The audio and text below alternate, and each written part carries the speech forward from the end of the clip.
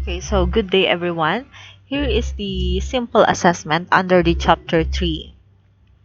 Okay, the instruction is for each statement determine if it is yes, if it is true, or write no if the statement is false. Again, for clearer instruction, write yes if the statement is true and write no if the statement is false based on the course materials or the video that I have uploaded under the discussion in chapter 3. Okay, let's start with number 1. Do fitness assessments specifically measure the 5 components of physical fitness: the cardiovascular endurance, muscular strength, muscular endurance, flexibility, and body composition? That is question number 1.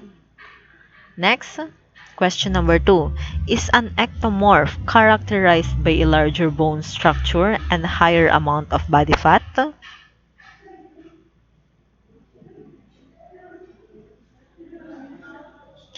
Question number 3.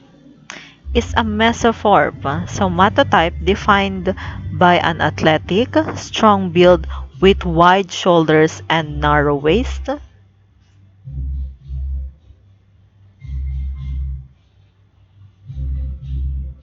Question number 4. Does the apple-shaped body type carry more weight in the hip, thigh, and buttock areas than the rest of the body?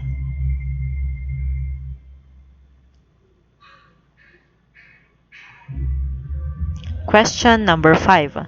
Is the hourglass shape characterized by evenly distributed body fat in both the upper and lower with a well-defined waist?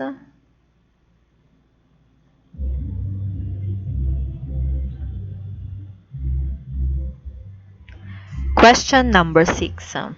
In an inverted triangle shape, is the hip area typically broader than the bust or shoulders?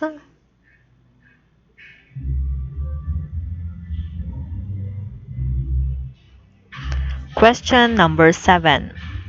Does the ruler shape describe a body where the chest, waist, and hip sizes are all similar with no obvious curves?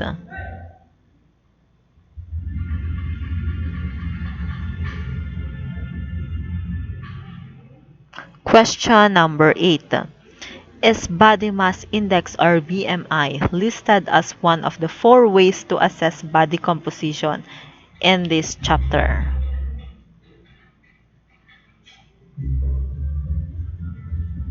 Question number 9.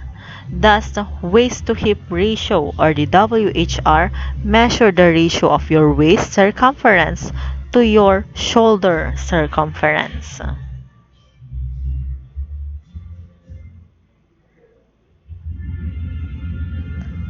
And last question. Is the primary purpose of fitness assessments to monitor and measure a student's physical fitness level?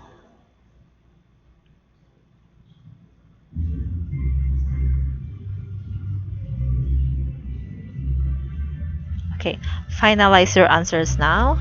And her following, finalize your answers now. And we will see now we will check now your answers. Now here is the answer key.